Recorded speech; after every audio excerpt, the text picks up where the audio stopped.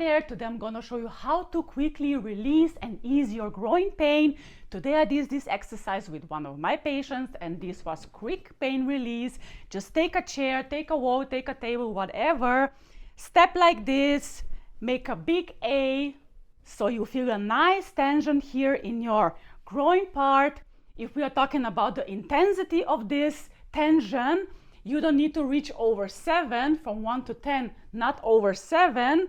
Push your hips in front and stay in this position for 20 seconds and repeat 3 to 4 times. This will give you a quick muscle tension release.